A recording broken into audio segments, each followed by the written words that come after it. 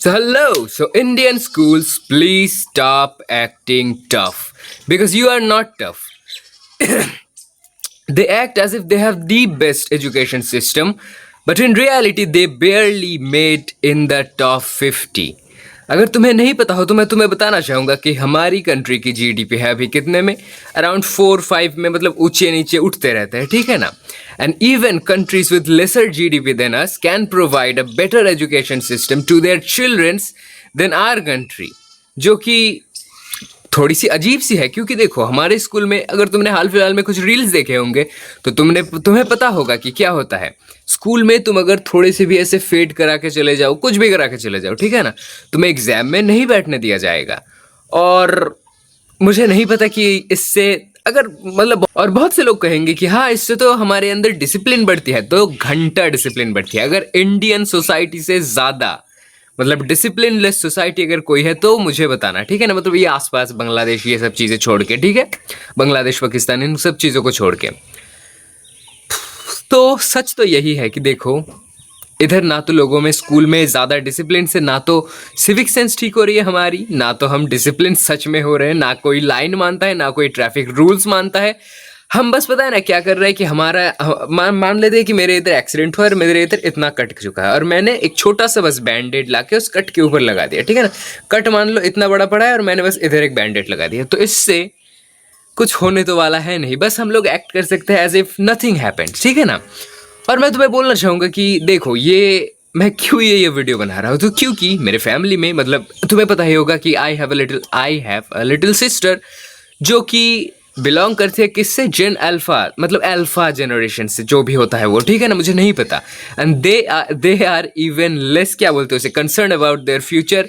They don't have any seriousness in them, जो कि मैं देखते आ रहा हूँ उसे छोटे से मतलब बड़े होती है. हाल फिलहाल में तो और भी ज़्यादा, क्योंकि अभी वो अपने टीनेज फेज में है और स्कूल में गई थी, मतलब बालों को, और मैं समझ नहीं पाता कि ये क्या हुआ. तो मैं बताता हूँ कि स्कूल में गई थी, मतलब बालों के सामने होता है ना कि तुम देखा होगा कि वो जो कोरियन कट या फिर एशियन जो कट होता है, मतलब एशियन जो कंट्रीज होती है और भी ज़्यादा उधर से, मतलब जापान, कोरिया, इस टाइप की, मतलब उस तरह से, मतलब बाल इधर इधर तक लाके, मतलब उस स्टाइल में बाल काटे थे. और मुझे नहीं पता कि व्हाट इज़ देयर प्रॉब्लम, मतलब इंडियन स्कूल्स की, कि क्या हुआ.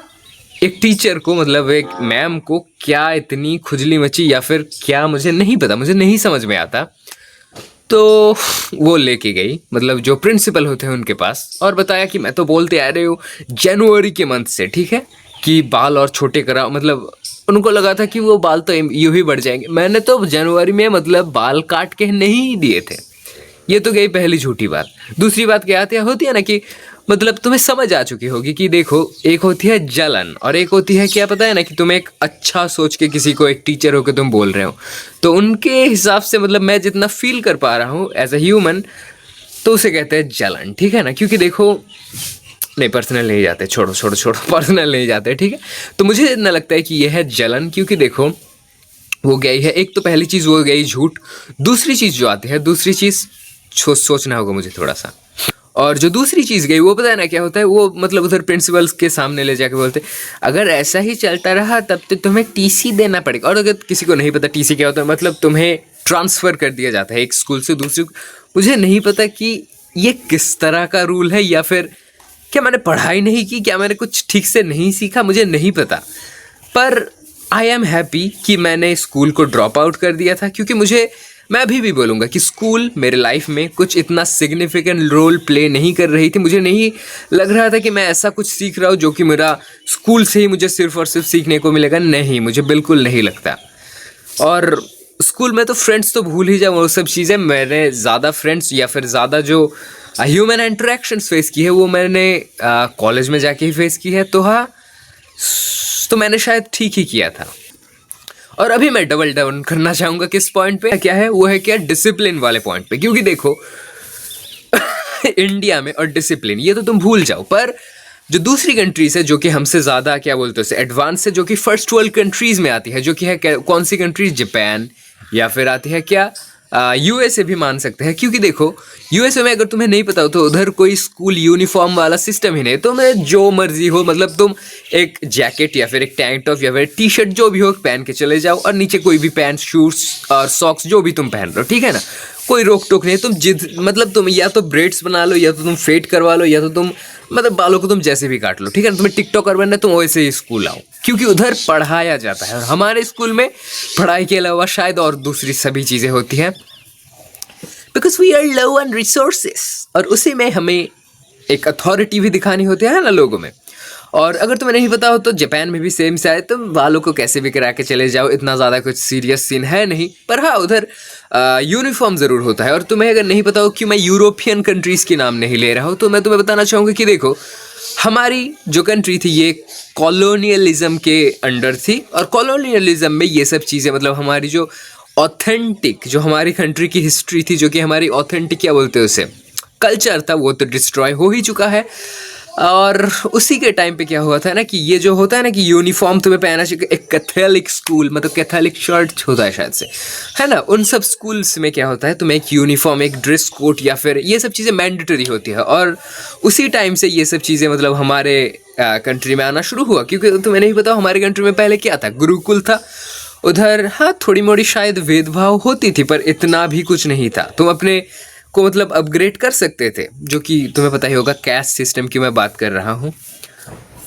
और हाँ, मैं थोड़ा सा फ्रस्ट्रेटेड ज़रूर हूँ, और मुझे इतना ज़्यादा कुछ फ़र्क भी नहीं पड़ता है। क्योंकि देखो, अगर स्कूल में मतलब पेरेंट्स को बुलाया गया है और हम लोग इतने ज़्यादा बिजी है, स्पेशली मैं, मेरे मम्मी पापा और मेरे फादर भी, मतलब वो भी अभी काम पे है, तो घंटा कोई नहीं जाने वाला, ये तो मुझे भी पता है। अगर वो जाती है मतलब एग्ज़ाम्स के टाइम पे तो ठीक है, नहीं जाती है फिर भी ठीक है, नेक्स्ट ईयर फिर से कंटिन्यू करेगी। कोई इतना ज़्यादा ये नहीं है। मतलब मैं नहीं बोल रहा कि तुम्हें भी ऐसा करना चाहिए, नहीं, हमने डिसीजन पूरी तरह से उस पर छोड़ा है और थोड़ा मोड़ा हमारे ऊपर छोड़ा, मतलब 80-20 वाला तुम समझ लो, ठीक है ना। कि अगर कोई जगह पे वो अपने डिसीजंस गलत लेती है तो हम उधर ठीक कर देंगे, पर इसका मतलब ये नहीं कि वो तुमने तो मेरे सारे डिसीजंस गलत लिए है, ऐसा कोई सीन नहीं, ठीक है। मतलब 80-20, तुम्हें अपना डिसीजन खुद लो। क्योंकि अभी तुम 15 ईयर्स के हो, मतलब मेरी बहन की बात कर रहा हूँ, मतलब मेरी सिस्टर की बात कर रहा हूँ मैं। और हाँ, हम उधर थोड़ी सी मतलब करेक्शंस कर देंगे अगर कोई जगह पे गलत तो यही है। वीडियो बहुत लंबी हो रही है, bye, thank you so much, bye. Personality build करना है, यही ज्ञान में रहने। You are born to be a slave.